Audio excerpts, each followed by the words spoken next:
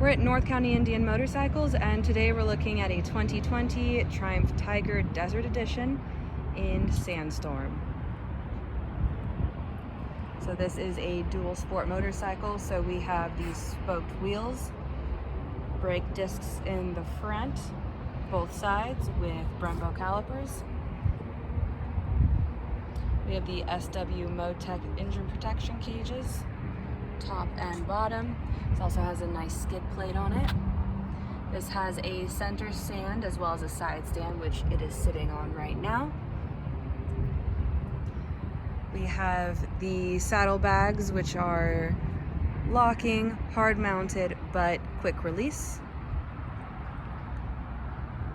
Also the luggage rack on top.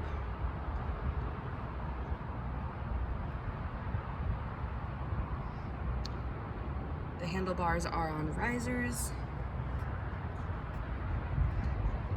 And this motorcycle is shaft driven. No chain, no belt, no maintenance. And up in the front, we've got lots of lighting options. So obviously the headlights and the turn signals, but there's also some fog lights as well.